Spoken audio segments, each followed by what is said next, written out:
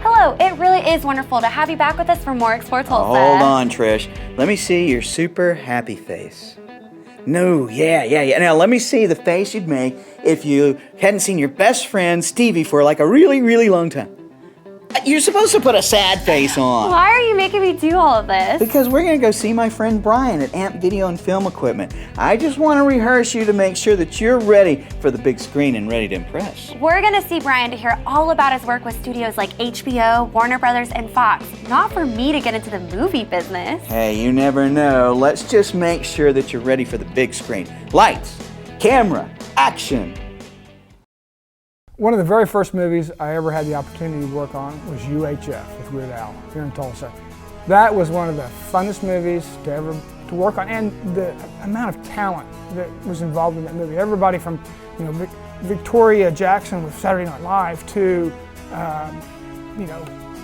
Weird Al himself to Kramer, from Michael Richards, from David Bowe. Luke, Anthony Gary, who played Luke in General Hospital. I mean, Billy Barty. I mean, the list just went on and on with the talent that was wrapped up in that movie. It started out that we were doing some Christian music videos here in Tulsa. And it started with Carmen, who was a local singer, religious figure that he really kicked off the whole Christian religious music video phase. I mean, it was basically a five-man crew. It was Steve, my cousin Brett, who was the camera guy.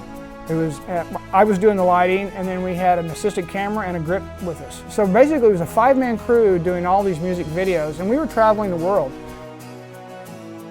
I was privileged enough to have been able to work under a mentor, John Michael Taylor out of Dallas, and Kim Hubbard, a gaffer and a key grip that early in my career, they were being brought into Tulsa for all the early productions we were doing because there was nobody in Oklahoma that knew anything about film and video production. We had to import technicians from out of state to tell us how to do it. I was very fortunate to have learned from one of the industry's best. As far as when it comes to grip and lighting equipment, working on it, sources where to get it, just everything about it. I'm probably about the most knowledgeable, experienced technician in Oklahoma, at Oklahoma City Community College for over 10 years, from 1997 to 2007. I taught there at a summer program that I had created with the help of a couple of the people that were involved there at the college and with the help of the film office at the time. And I've also taught at Quartz Mountain, and I've also held some other classes like at TU and other places where I've always tried to give back to the film community by helping teach and train others and pass on the knowledge that I was fortunate to have gained. Originally, I had Bulldog Film and Video Services, and I started that back in the late 80s. And about 5 years ago, I approached my next leading competitor, Greg Price with New Millennium Productions, and although he only had about a third of the gear that I had, I needed somebody to help with my company because it was becoming so huge and I was getting so many clients. And so I approached him saying, hey, if we teamed up and we merged and we create a new parent company that we both operate underneath, then let's go after some of the low budget movies that Oklahoma is trying to entice, because Oklahoma has one of the best rebates in the country. We have a 35% film rebate. Compared to other states, we're a very attractive state for low budget film and video production.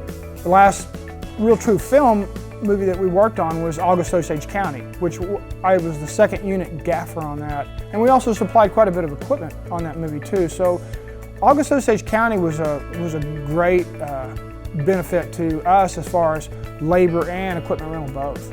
It's taken a long time to get to the point where I am now.